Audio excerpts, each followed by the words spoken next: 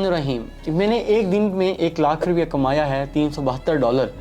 तो इसके पीछे क्या रीज़न्स क्या थी, ये इस ट्रेड में प्रॉफिट कैसे हुआ है, तो वो आज आपके साथ मैं आपकी इंसाइट्स आपके साथ शेयर करता हूँ, वो पॉइंट्स आपके साथ शेयर करता हूँ। देखिएगा, सबसे जो पहली चीज़ है कि आपका एक 5 साल का एक्सपीरियंस है और मैंने एक ब्रेकआउट के ऊपर 1000 से ज़्यादा जो है वो ट्रेड्स लिए हैं और एक ट्रेड आपके साथ मैं शेयर करता हूँ। इस ब्रेकआउट चेकलिस्ट के ऊपर आप देख पा रहे हैं कि मैंने सबसे पहले ये देखा है कि ये ईरान जो है वो कतर और सऊदीया को और यूरोपियन के G7 को उसने बात की कि मैं मुज़ाकरात के लिए, डायलॉग के लिए रेडी हूँ।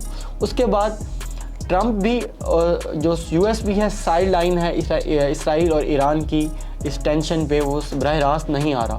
और इसके साथ इसराइल को भी समझ आ गई है कि मेरा जिससे मुकाबला है वो इतना कमज़ोर नहीं है। तो तब जब आपको पता हो ना सामने वाला जो कमज़ोर नहीं है, तो आप मुज़ाकरात के लिए जल्दी मान जाते हो।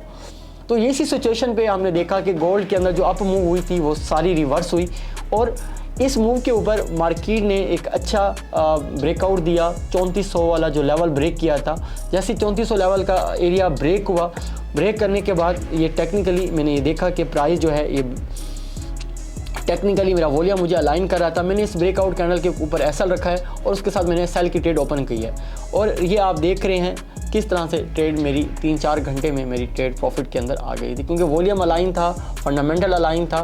उसके बाद गोल्ड का बचना मुश्किल हो गया था।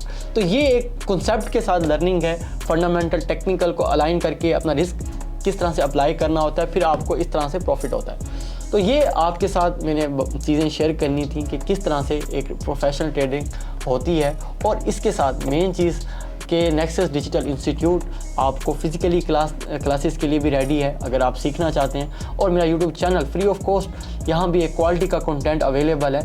यहाँ भी आप फॉरेक्स ट्रेडिंग सीख सकते हैं और इस मार्केट के अंदर 2-4 पैसे कमा सकते हैं। मज़ीद ऐसी अपडेट्स के लिए मेरे चैनल ट्रेडिंग विद आसिम के साथ आप जुड़े रहें।